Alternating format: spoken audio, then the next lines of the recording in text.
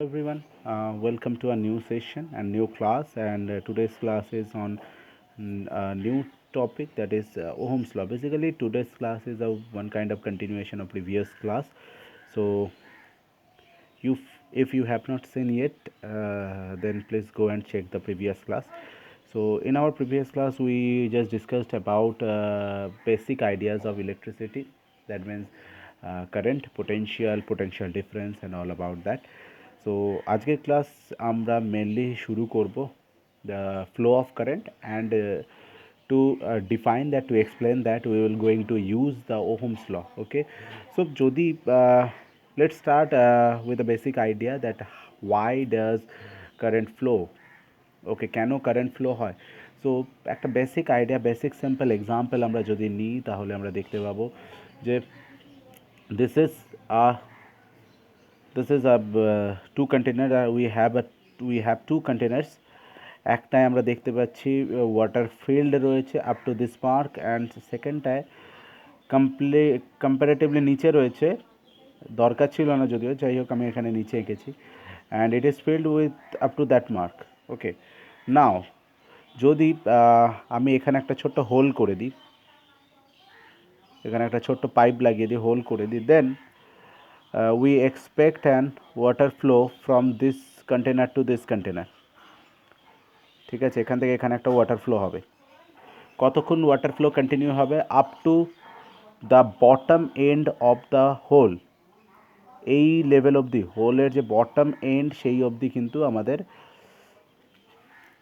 লিকুইডটা, ততক্ষণ আমার কন্টিনিউয়েশন, এই ফ্লোটা কন্টিনিউ হতে থাকবে। ঠিক আছে, এবার যদি আমি ধরে নাও এখানে একটা ট্যাপ লাগিয়ে দিই, যেখান থেকে কন্টিনিউয়াসলি ধরো আমার ওয়াটার সাপ্লাই হতে থাকে, তাহলে এখান দিয়ে কন্টিনিউয়াসলি আমার লিকুইড ফ্লো হতে থাকবে।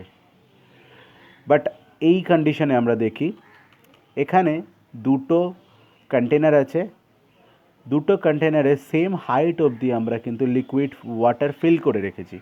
এবার যদি আমি এখানে একটা হোল করি, অ্যান্ড এখানে একদম সেম হাইটে আর একটা কন্টেনারের হোল করি, আর সেখানে যদি একটা পাইপ কানেক্ট করে দিই, তাহলে কিন্তু আমরা দেখব যে there will be any type of water flow. মানে এই যেহেতু পাইপটা অ্যাকচুয়ালি ভ্যাকেন্ট রয়েছে, since this pipe is vacant means এখানে কিছু নেই, ফাঁকা রয়েছে। So first this water will move to this thing. এই জিনিসটা যেই ওয়াটার দিয়ে ফিল্ড হয়ে যাবে, তারপর কিন্তু আর কোনো রকম ওয়াটার ফ্লো হবে না। So that means there will be any hardly water flow from one container to another container. আর রিজন কি? রিজন হচ্ছে যে দুটো কন্টেনারে সেম হাইট অবধি কিন্তু ওয়াটার ফিল্ড ছিল। So same height of the water filled মানে হচ্ছে দুটো কন্টেনারেরই ওয়াটারের পোটেন্সিয়াল কিন্তু same.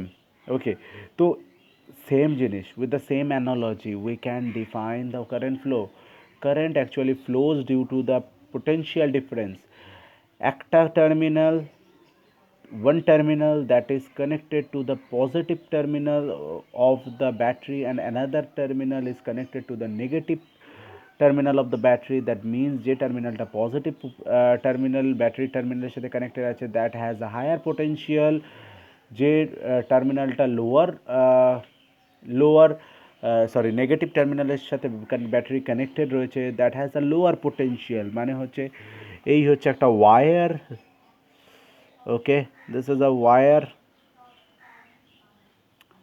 and one end of it is connected to positive terminal, another one is connected to the negative terminal. As we know, positive terminal means higher potential. That means a unit charge here has the more energy. Okay, so this is a positive terminal, this is a negative terminal, so this is higher potential. So a positive unit positive charge uh, gets or has higher energy in the positive terminal, and same that for a positive charge that is present in the negative terminal, that has minimum amount of energy. So এটাই হচ্ছে difference. Positive terminal মানে হচ্ছে higher potential, যেখানে যে কোনো কারণ potential তো আমরা ইউনিট পজিটিভ চার্জের জন্য ডিফাইন করি, that's why I am talking about the unit positive charge. So positive টার্মিনালে যদি ইউনিট পজিটিভ চার্জকে রাখি আমি, তাহলে সে হায়ার এনার্জিতে থাকে। নেগেটিভ টার্মিনালে যদি আমি ইউনিট পজিটিভ চার্জকে প্লেস করি তাহলে সে লোয়ার এনার্জিতে থাকবে, ঠিক আছে। তো তার মানে দ্যাট ইজ, এখানে একটা এনার্জি ডিফারেন্স রয়েছে। That this terminal got higher energy, this terminal got lower energy. তাহলে কী হবে, অ্যাজ এক্সপেক্টেড কিছু পজিটিভ চার্জ হায়ার এনার্জি থেকে লোয়ার এনার্জির দিকে ট্রান্সফার হবে। কিন্তু as we know electron is negatively charge particle, আর পজিটিভলি চার্জ পার্টিকেলগুলো হচ্ছে mainly different type of ions. Okay, ions are comparatively heavier, they can't move. Okay, so move করে কারা, electron, they are lighter, they can move easily. So তো positive charge move করছে, that concept is absurd. Okay, তো main concept is negatively charge electron actually move করে from lower potential to higher potential. কারণ আমরা জানি যে negative charge তো actually এর মোশন, এর ক্যারেক্টারিস্টিক্স, এর প্রপার্টিস পুরোটাই অ্যাকচুয়ালি উল্টো। ওকে, তো নেগেটিভ চার্জ কী হবে, নেগেটিভ পোটেনশিয়াল থেকে, সরি, লোয়ার পোটেনশিয়াল থেকে হায়ার পোটেনশিয়ালের দিকে মুভ করবে। কনভার্সলি আমরা বলতে পারি পজিটিভ চার্জ হায়ার পোটেনশিয়াল থেকে লোয়ার পোটেনশিয়ালের দিকে মুভ করবে। And as we no electron flows from negative potential to positive potential, as we know the conventional direction, this is the flow of electron. As we all know, the conventional direction of current is in the direction opposite to the direction of the electron flow. তাহলে conventionally current flow হবে এই দিক দিয়ে enter করবে আর এই দিক দিয়ে বাইরে আসবে, ঠিক আছে। আর আরেকটাভাবে আমরা এটাকে এক্সপ্লেন করতে পারি, এটা আমরা ওহমস লতে বা পরে আসছি, আরেকটাভাবে আমরা এক্সপ্লেন করতে পারি, সেটা হচ্ছে যে negative potential actually got lots of electrons, gets actually negative potential, এই যে ব্যাটারির যে কোনো ব্যাটারির নেগেটিভ টার্মিনাল অ্যাকচুয়ালি প্রচুর ইলেকট্রনস নিয়ে ফিল্ড থাকে, অ্যাকচুয়ালি ইলেকট্রনস প্রচুর থাকে। আর compare to the positive terminal of the battery সেখানে অ্যাকচুয়ালি ডেফিসিয়েন্সি অফ ইলেকট্রন থাকে। তো অ্যাকচুয়ালি আমরা বলতে পারি this is one kind of diffusion process that can be considered as a diffusion, তো it is not diffusion, this is not a diffusion process.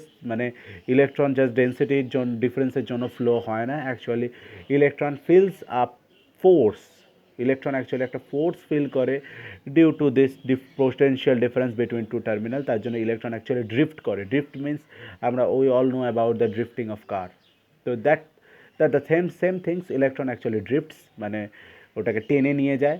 কে টেনে নিয়ে যায়, that is the electric field, মানে পোটেনশিয়াল ডিফারেন্স। দুটো টার্মিনালের মধ্যে যে potential ডিফারেন্সটা জেনারেট হচ্ছে, দ্যাট মিনস একটা যে এনার্জি ডিফারেন্স ক্রিয়েট হচ্ছে, that actually pools the electron and it forces the electron to move from negative terminal to the positive terminal of the battery, and as it reaches to the positive terminal, then it current is flow, we consider there must be a current that is flowing in the circuit. Okay, so that is all that is the whole idea.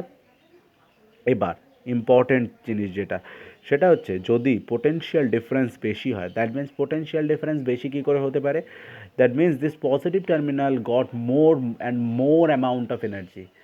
যদি positive টার্মিনালে আরও বেশি বেশি বেশি বেশি energy থাকে, negative terminal আরও কম কম কম কম energy থাকে, that means the energy difference is আরও, এনার্জি ডিফারেন্স আরও বেশি। মানে ধরো এরকম একটা ব্যাপার, হোলটা যদি আমি এখানে না করে যদি এখানে করতাম, হোলটা যদি এখানে করতাম, তার মানে অ্যাকচুয়ালি লিকুইডের হাইট এখানে ছিল, হোলটা এখানে আমি যদি করতাম, তাহলে আপ টু দিস মার্ক আমার লিকুইডটা কিন্তু বাইরে বেরিয়ে যেত।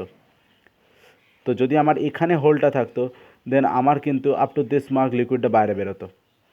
যদি আমি এখানে করতাম তাহলে কী হতো, এই লেভেল অবধি আমার লিকুইডটা কিন্তু বাইরে বেরোতো। তার মানে দ্যাটস দ্য থিং, কোথা থেকে আসছে কোথায় যাচ্ছে, দুটো জায়গার হাইটের ডিফারেন্স ফর দ্য ওয়াটার, যেখান থেকে আসছে আর যেখানে যাচ্ছে, দুটো জায়গার যদি হাইটের ডিফারেন্স অনেক বেশি থাকে, দুটো জায়গাতে ওয়াটার লেভেলের ডিফারেন্স যদি বেশি থাকে, দেন অনেক বেশি amount of water can transfer from one container to the another container. দুটো কন্টেনারে ওয়াটারের লেভেলের ডিফারেন্স যদি অনেক বেশি থাকে, সেই ক্ষেত্রে আমার একটা কন্টেনার থেকে আরেকটা কন্টেনারে অনেক বেশি লিকুইড ট্রান্সফার হতে পারে। So that's the same things. এর রিজন কি, রিজন হচ্ছে খুব simple, sorry, Reason is very simple. uh, as you have the more water level, that means you have the more potential energy, that means you have more energy at that side. Where you have the low level of water, then there you have a small potential energy. So there must be a huge change in the potential energy বা energy difference অনেক বেশি হবে, যেটা actually জলটাকে ওই height থেকে নিচে নিয়ে আসবে। সো অ্যাকচুয়ালি যদি আমরা বেসিক্যালি ভাববার চেষ্টা করি, তো that means anything flows due to the change in energy. সবসময় হায়ার এনার্জি থেকে লোয়ার এনার্জির দিকে ফ্লো হয়। everyone in this universe tries to attain the minimum energy, সবাই চায় মিনিমাম এনার্জি পেতে। That is the fact. এই কারণেই ওয়াটার সবসময় কী হয়, ওপর থেকে নিচে আসে, নিচ থেকে ওপরে যায় না। ঠিক আছে, তো দিস ইজ দ্য আইডিয়া। তো এখান থেকে সিম্পল এক্সাম্পল থেকে আমি বুঝতে পারলাম যে আলটিমেটলি পোটেনশিয়াল ডিফারেন্স যদি অনেক বেশি হয়, বা যেরকম এখানে পোটেনশিয়াল এনার্জির ডিফারেন্স অনেক বেশি যদি হতো, ওয়াটার ফ্লো অনেক বেশি হচ্ছিল, তো লাইক দ্যাট সিমিলারলি যদি কোনো ইলেকট্রিক্যাল সার্কিটে যদি দুটো পয়েন্টের মধ্যে পোটেনশিয়াল ডিফারেন্স অনেক বেশি হয়, তাহলে সেখানে কারেন্টের ফ্লো অনেক বেশি হবে। ওকে, অনেক বেশি ইলেকট্রন ফ্লো হবে। That means the current in the term circuit current in the circuit will be more. Okay, so that is the Ohm's law. This is exactly Ohm's law tells. কি বলে Ohm's law যদি আমরা একটু ভালো করে দেখার চেষ্টা করি, তাহলে the main concept of Ohm's law is basically if if if temperature and other parameters, if temperature and other parameters, what are the other parameters, sorry, what are the other parameters? Like material means the wire made of the which type of material we are talking about, that material is not going to be changed.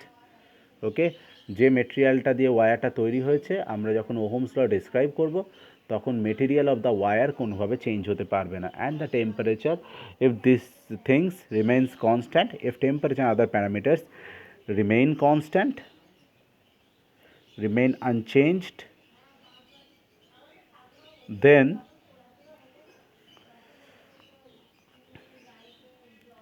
current in a circuit or current through a wire or current in a circuit or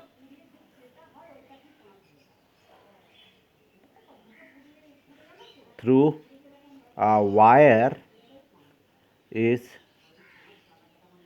directly proportional to the potential difference across it, যেটা আমি এইমাত্র বললাম, যে যদি potential difference অনেক বেশি থাকে, তাহলে অনেক বেশি কারেন্ট ফ্লো হবে। That is the Ohm's law. ওকে, তার মানে যদি আমার কাছে এখানে একটা ওয়্যার থাকে, এই যদি ওয়্যার থাকে, এই ওয়্যারটার যদি দুটো এন্ডে, এই এন্ডে পোটেনশিয়াল ধরো V1, এই এন্ডে পোটেনশিয়াল V2, কারেন্ট ফ্লো হচ্ছে আমার এই দিক থেকে এই দিকে, ঠিক আছে, আমি ধরে নিলাম।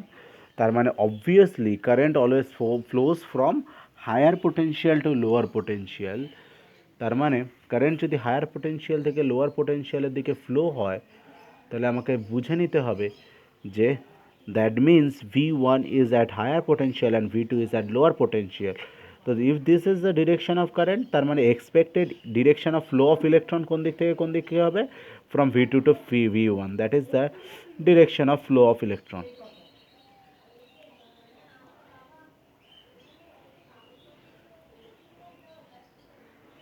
Done. Okay, and this is the whole idea.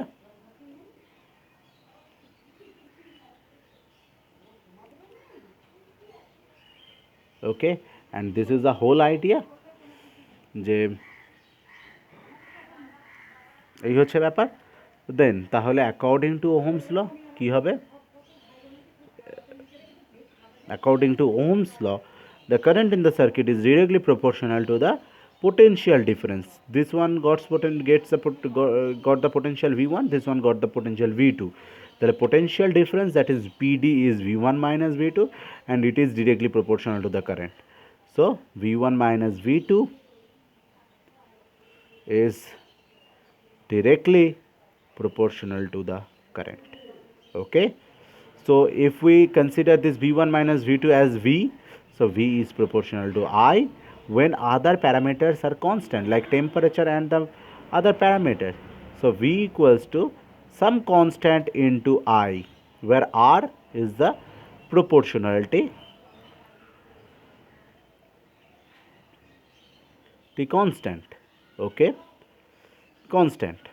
Okay, so this R, this is the Ohm's law, and this R actually called, R is called resistance of the material, resistance of the material, because reason is that if you just trying, if you are trying to find the I, you will get this is I equals to V by R.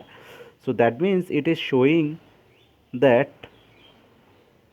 with which, by which factor the potential is reduced when you are getting the current. That means the potential, that is the actually showing the relation between current and the voltage. Okay, and R is actually the factor by which, if potential is divided, you will getting the current, you are getting the current. Okay, so this is the whole idea. So R actually the resistance of the material. তো যখন খুব simple ব্যাপার, যে যে যখন আমাদের কোনো একটা ওয়্যারের মধ্যে দিয়ে কারেন্ট ফ্লো হয়, তাহলে যে কোনো ওয়্যারের মধ্যে কিন্তু অ্যাটমস প্রেজেন্ট রয়েছে। যে কোনো ওয়্যার কিন্তু অ্যাকচুয়ালি অ্যাটমস নিয়ে তৈরি। দের আর লটস অফ অ্যাটমস। প্রত্যেকটা অ্যাটমের ভেতরে নিউক্লিয়াস রয়েছে।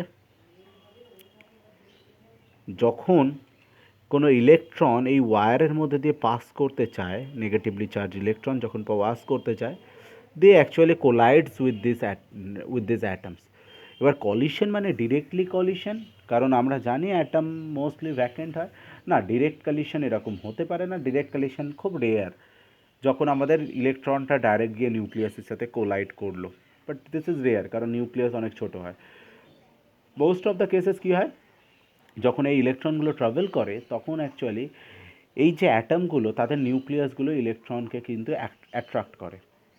তো they actually retarded the motion of the electron, মানে ইলেকট্রনগুলো কিন্তু রিটার্ডেড হয়, ডিসেলারেট করে।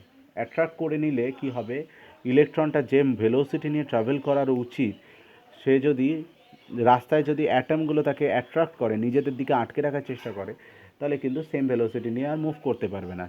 তো তার মানে এটা হচ্ছে আলটিমেটলি এই অ্যাটমগুলো ইলেকট্রনের মোশনটাকে কিন্তু রেস্ট্রিক্ট করে, ইলেকট্রনটাকে কিন্তু তাদের কমপ্লিট ভেলোসিটি নিয়ে যেতে দেয় না।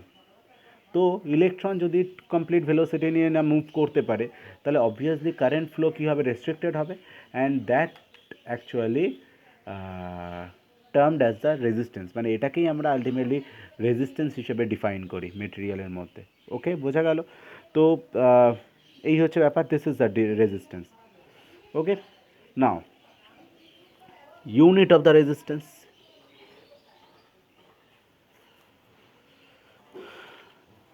তার মানে এখান থেকে আমরা আর পেয়ে যাবো, R equals to your V by I. Okay, that means volt, V is in your volt and A is in your ampere. Okay, the volt per ampere and that is called ohm. তো unit রেজিস্ট্যান্সের unit হচ্ছে ohm, আর যেটা sign হচ্ছে এরকম কিছু একটা। Okay, so this is the resistance. এবার আমরা কি করব, রেজিস্ট্যান্স নিয়ে কিছু কিছু কিছু জিনিস আমরা রেজিস্ট্যান্সের ব্যাপারে জানবো, কারণ রেজিস্ট্যান্স কী কী জিনিসের উপর ডিপেন্ড করে সেগুলো আমাদের জানতে হবে। তো নাও আমাদের এখনকার টপিক যেটা আমরা পড়তে চলেছি, দ্যাট ইজ দ্য রেজিস্ট্যান্স।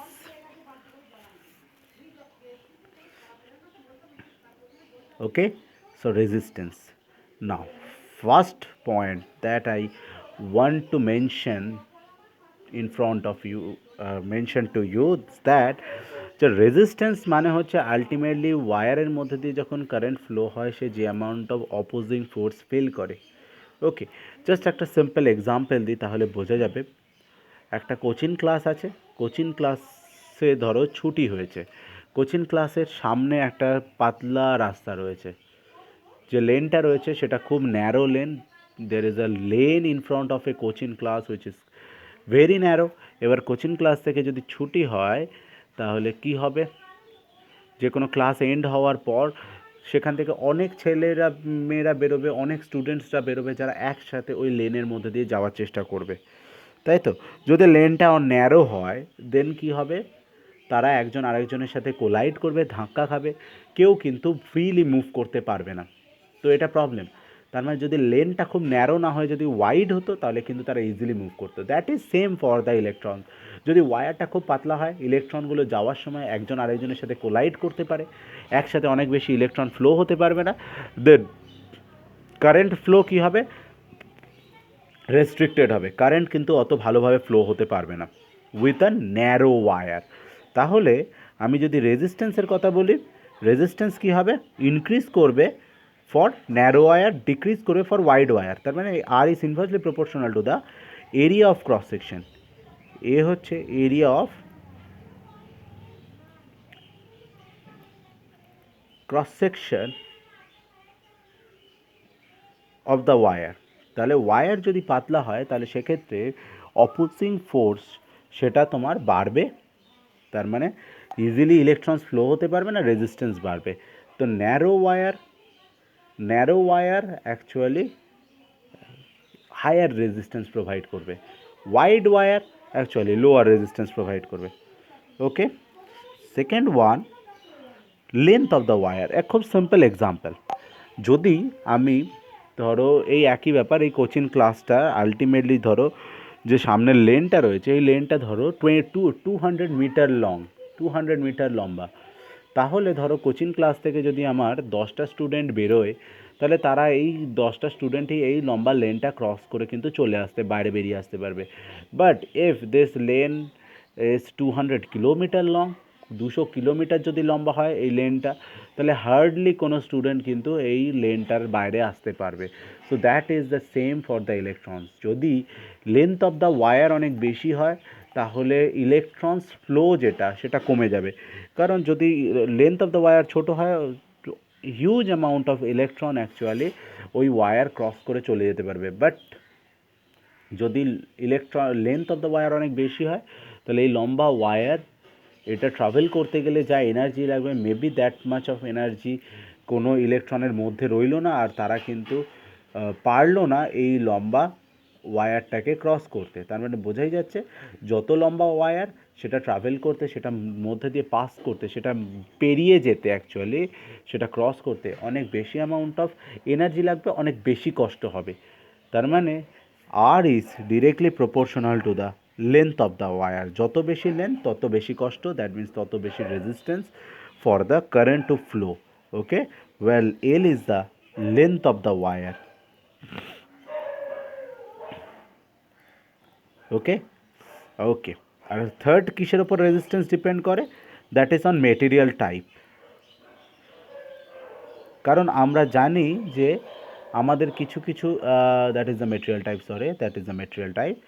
আমরা জানি যে কিছু কিছু মেটেরিয়াল আছে যারা ইনসুলেটর, কিছু কিছু মেটেরিয়াল আছে যারা কন্ডাক্টর, কেউ খুব ভালো কারেন্ট ফ্লো করায়, কেউ কারেন্ট ফ্লো করাতে পারে না।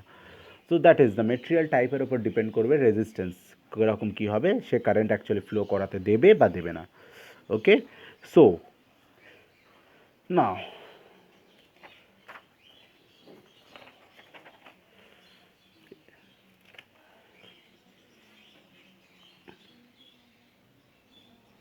now if you use these two equation, যদি তোমরা দুটো ইকুয়েশন ইউজ করো তাহলে we will get r is proportional to l by a. ওকে, ঠিক আছে, r is proportional to l and r is inversely proportional to a, so r is proportional to l by a, so r equals to rho l by a. Okay, so r হচ্ছে resistance, rho is called resistivity.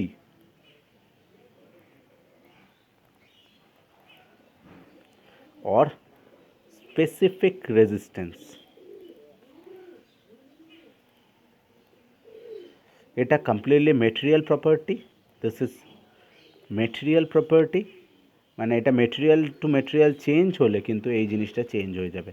তো তার মানে expect করাই যেতে পারে যে different material, oh sorry, so wire made of two different material having same length, same cross sectional area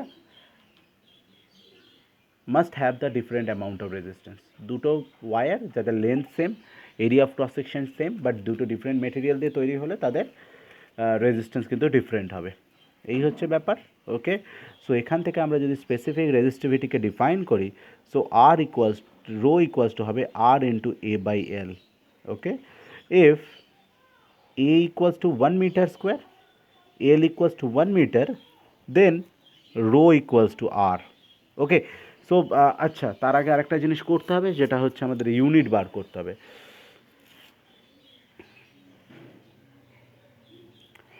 so এখানে ছোট্ট করে ইউনিটটা করে ফেলি। What will be the unit of resistivity? R is in ohm, area is in meter square, divided by length is in meter, so that means that is ohm meter in SI, and in CGS that is ohm centimeter. ওকে, এই হচ্ছে ব্যাপার স্যাপার। Next one. ওকে, তো define কী করে করব? ওকে, if a equals to 1 meter square, l equals to 1 meter, then rho equals to r. That means the resistivity of a material is same, is exactly same to the resistance of a wire of length 1 meter and area of cross section 1 meter square made of the same material. মানে পাতি কথা যেটা বলা যেতে পারে, কোনো একটা মেটেরিয়ালের resistivity হচ্ছে ওই মেটেরিয়ালের তৈরি, ওই মেটেরিয়াল দিয়ে তৈরি 1 metre square cross section and 1 metre লেন্থের কোনো ওয়ায়ারের resistance. As you can see this R equals to rho equals to R. এটা কোন কন্ডিশনে হবে? when your area of cross section is 1 meter square and your length is also 1 meter. Okay, nice. next one, এটাকে আমরা আরেকভাবে define করতে পারি। কিভাবে? Just take a unit cube. Unit cube means that has length, breadth and height all 1 metre. যদি তার length, breadth, height মানে সবকটা side যদি 1 মিটার হয়, তাহলে এই এরিয়াটা, এই ফেজটার এরিয়া কত হবে? 1 মিটার স্কোয়ার, কারণ 1 into 1 metre square.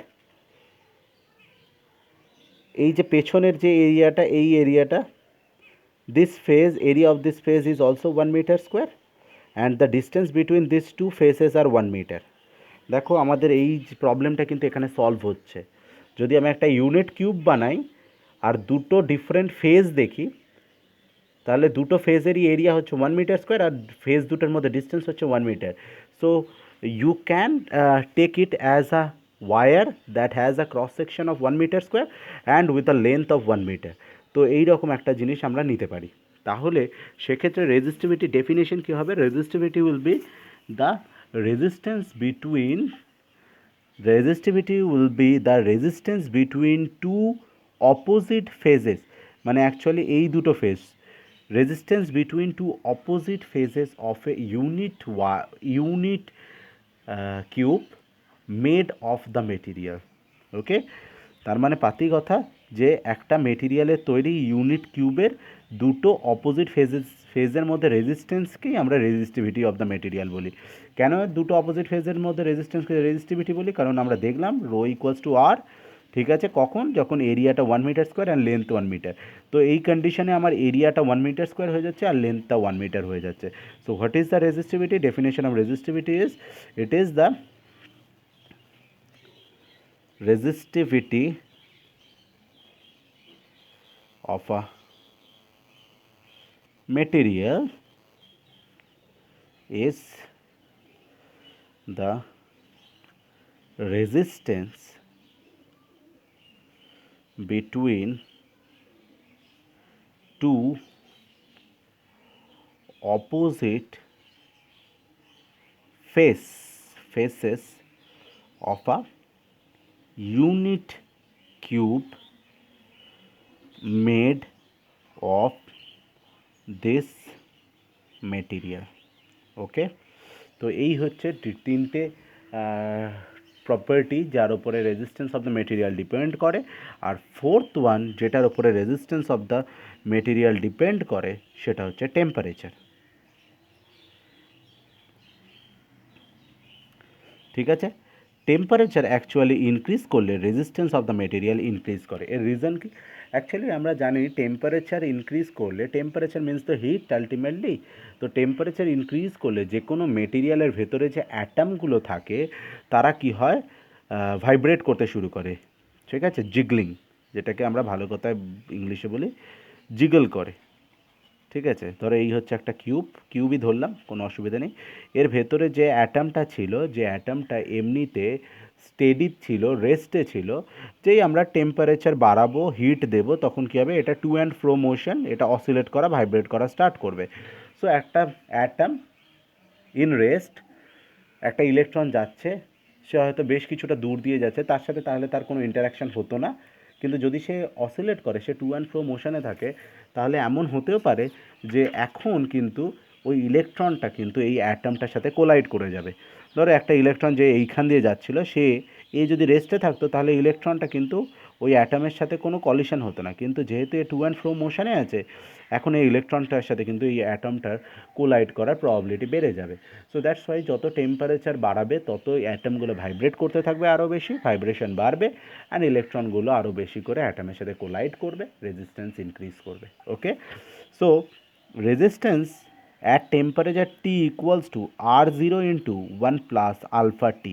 What is RT, what is R0 and what is alpha? RT হচ্ছে resistance at temperature T.